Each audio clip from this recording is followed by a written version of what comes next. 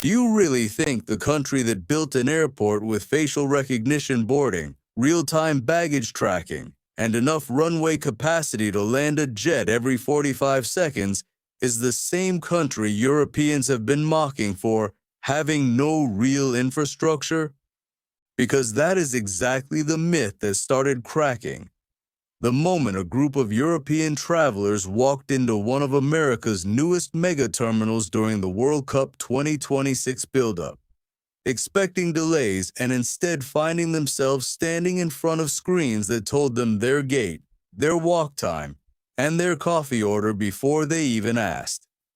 If you want more videos like this, hit subscribe and turn on notifications, because this series on Europe, meeting America for the first time, is only getting started. Ladies and gentlemen, welcome to Los Angeles, California, the heart of the Golden State where dreams come alive. Kindness will always win. I love the American airline employees that work here in Sioux Falls, South Dakota. They take such great care of me, so much so that I got them all Christmas gifts because honestly, they're on top of it. For years, the running joke online has been simple. Americans do not have real trains. American airports are chaotic, and European infrastructure is simply more advanced because Europe is older, more civilized, more refined. It is a comfortable story to tell, especially from the outside. But comfortable stories tend to fall apart the moment someone actually shows up. And that is precisely what happened when a wave of traveling fans, journalists, and casual tourists funneled through some of the busiest American airports ahead of World Cup matches, expecting the outdated, cramped experience they had been promised online, and instead, walking into something that looked more like a small, gleaming city built for one purpose: moving people fast.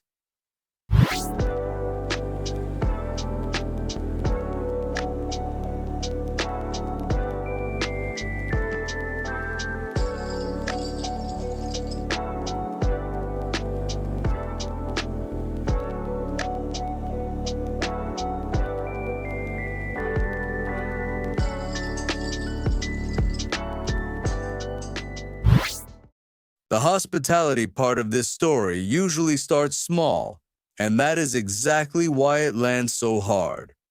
A Scottish fan flying into Atlanta for a group stage match found himself short on cash at a food counter after his card reader glitched, and by the time he had pulled out his phone to sort it, the American behind him in line had already tapped his own card and told him to just enjoy the game. It was not a grand gesture. It was 30 seconds and $12, but it is the kind of thing that sticks with a person, because it did not come with a transaction fee of awkwardness the way it might back home, where a stranger paying for anything is treated as suspicious rather than simply kind. A second moment, this one from an airport security line in Dallas, involved a Transportation Security Administration officer who spent almost 2 full minutes cracking jokes with a group of German fans about their team's chances, walking them through the exact steps of the checkpoint so nobody held up the line, and sending them off with a genuine, "Good luck out there, I hope you guys win it."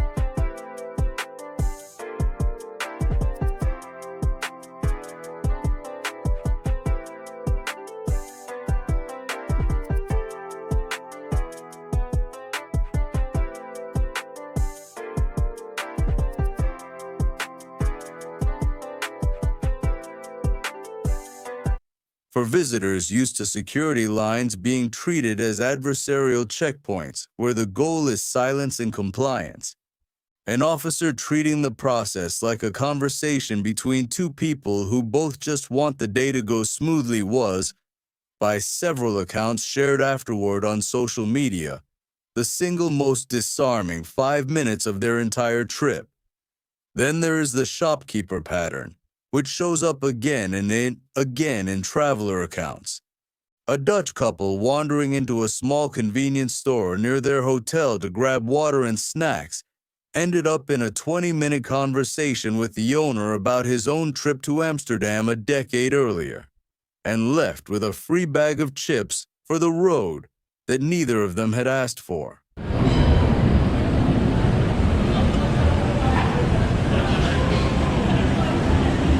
Your attention, please. We have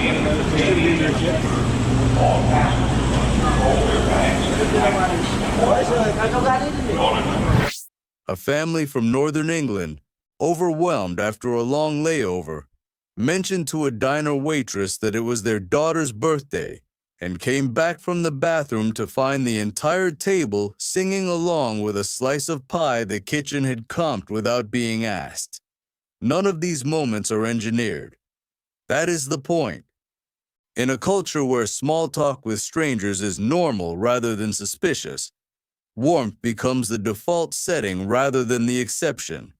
And that default is precisely what keeps catching European visitors off guard, because the version of America they were sold online is colder, ruder, and far more transactional than the one they are actually walking into. Scale is the next thing that breaks people's expectations, and nowhere does it break harder than at a gas station. A French tourist pulling off the interstate expecting a small kiosk with a single pump instead found a buc-ees the size of a small supermarket, with more than 100 fuel pumps lined up like a runway, a wall of food options that stretched the length of a football pitch, and bathrooms so absurdly clean that photos of them went semi-viral among his friend group back home. It is not just the size that stuns people. It is the confidence behind the size. The assumption baked into American infrastructure that bigger is simply the default setting rather than an indulgence.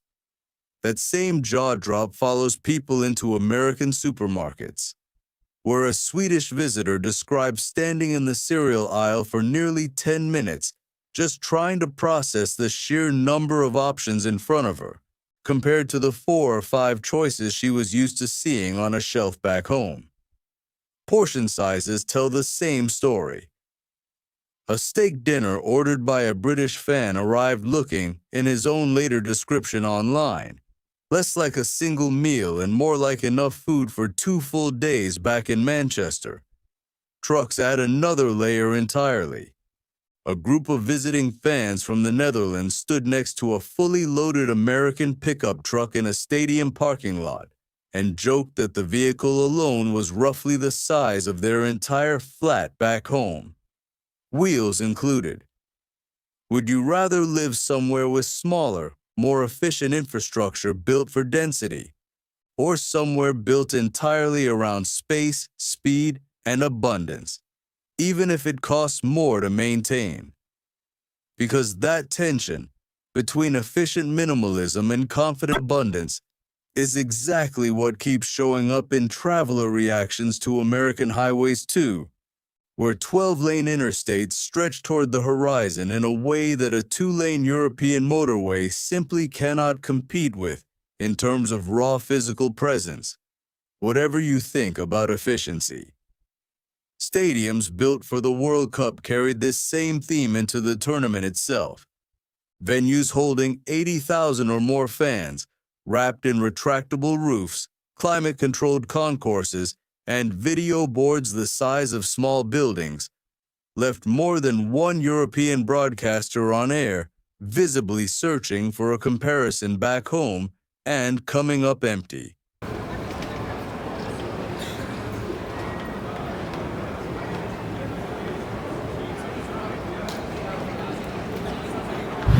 It is not that European stadiums are bad. It is that American stadium culture treats scale itself as part of the show, and that alone is enough to reset expectations for anyone walking in for the first time. Nature does something slightly different to people than infrastructure does. Infrastructure impresses. Nature humbles. A German couple who rented a car to see a national park between matches picked Yellowstone almost at random, only to discover the park alone covers more than 2 million acres, an area larger than the country of Luxembourg, and that a single loop through it can eat an entire day of driving without ever leaving the boundary. A Scottish fan flying from the East Coast to a West Coast match watched the flight tracker on the seatback screen for nearly 5 hours, and later admitted online that he had never once, in his entire life, been on a domestic flight inside his own country that lasted even half that long.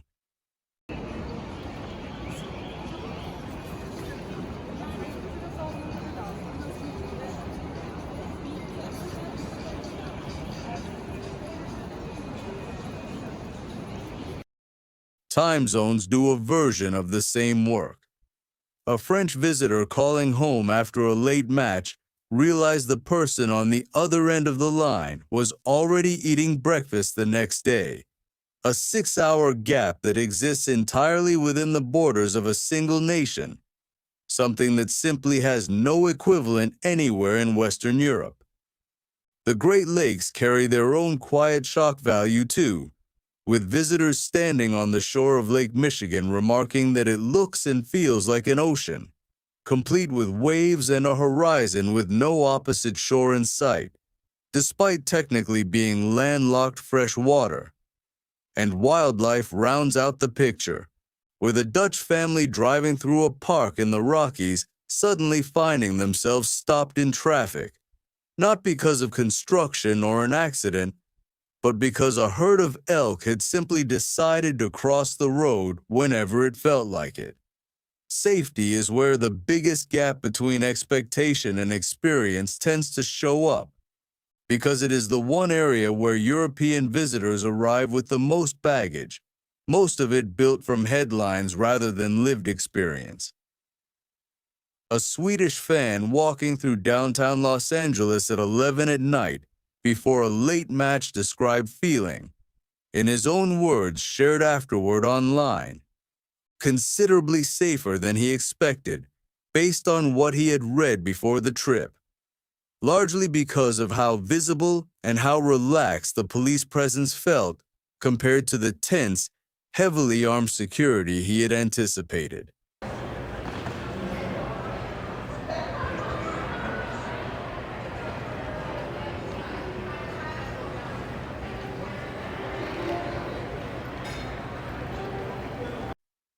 An English family navigating a crowd of nearly 70,000 people leaving a stadium after a match found the exit process shockingly calm, aided by officers who were, according to their account, more interested in directing traffic with a joke than enforcing anything with a hard edge.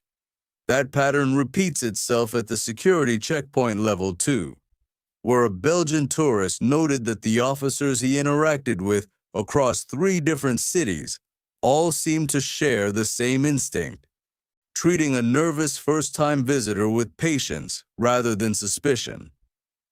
None of this erases the reality that America has serious, well-documented challenges with gun violence, a fact that shows up constantly in international coverage and in the minds of visitors before they land. But the lived, day-to-day experience of a tourist moving through tournament host cities in 2026, by most traveler accounts circulating online, was one of order, visible policing, and calm crowd management rather than the chaos they had been braced for. Money is where the story gets more complicated and more human. A hospitality worker in Miami, interviewed informally by a visiting French journalist covering the tournament, described earning a base wage well below what a similar job would pay in France, but explained that tips during the World Cup rush had on several nights more than doubled his usual take-home pay, sometimes pushing a single shift's earnings past $200 once tips were counted. That single conversation captured something European visitors kept circling back to: The American system is built on variability, where a bad month can be brutal and a good month, especially a World Cup month, can be extraordinary compared to the flatter, more predictable wage structures many Europeans are used to.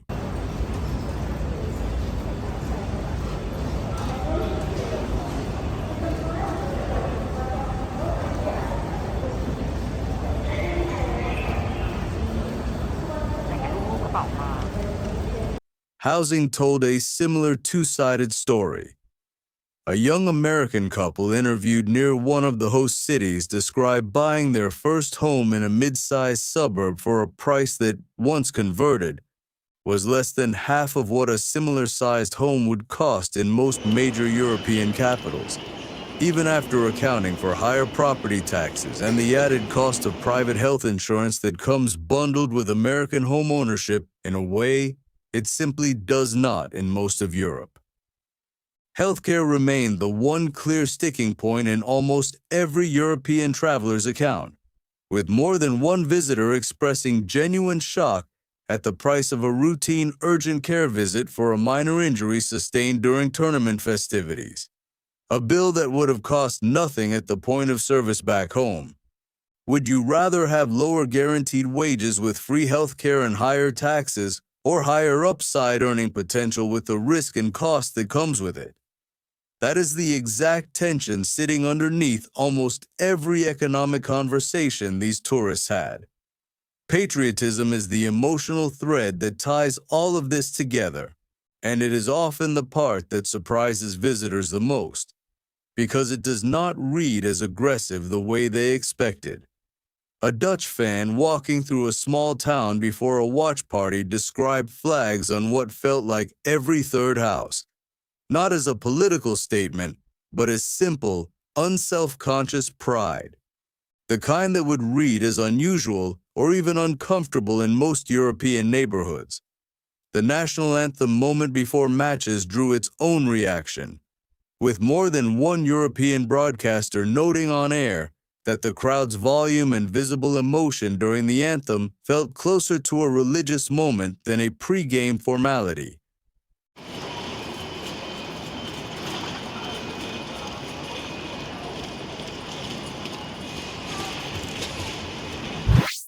Small-town pride showed up again and again in traveler footage, from diners covered wall-to-wall in local sports memorabilia to entire main streets shutting down for a watch party around a single restaurant's projector screen. It is easy to read all of that from the outside as excessive. It is much harder to stand inside it, as several visiting fans admitted afterward, and not feel something contagious about it. A sense that individual identity and national identity are allowed to sit comfortably next to each other in a way that felt unfamiliar, but, to more than one visitor's surprise, not unwelcome. Food culture rounds out the picture, because nothing exposes the gap between European and American everyday life quite like a drive-through line at midnight.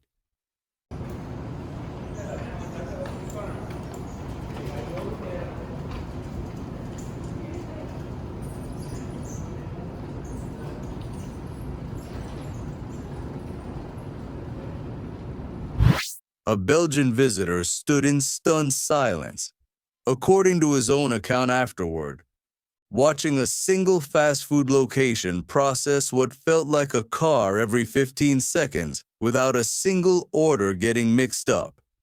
Tipping culture confused nearly every European tourist at some point, with more than one visitor openly asking online why a 15 to 20% tip on top of the listed price felt mandatory rather than optional the way it does back home. Regional food identity added its own layer of education, with Texas barbecue, Nashville hot chicken, and Chicago deep dish pizza all getting their own dedicated reaction moments from traveling fans discovering, city by city, that American food culture is not one single thing, but dozens of fiercely regional ones stacked on top of each other.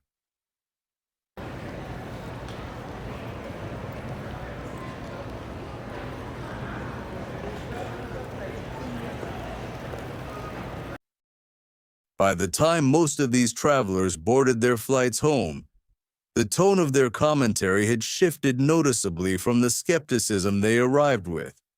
A German fan who had spent the flight over joking with friends about American excess posted afterward that he felt, in his own words, obligated to walk some of that back, admitting the trip had genuinely changed how he saw the country. A Scottish visitor who had spent years mocking American infrastructure online found himself defending it in the replies to his own posts, surprising even himself in the process. None of this means every stereotype was wrong. It means the gap between the story told from a distance and the experience lived up close turned out to be far wider than almost any of them expected. So here is the actual question worth sitting with.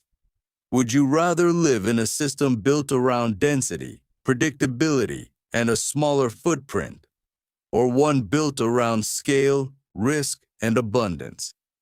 Knowing both come with real trade-offs attached.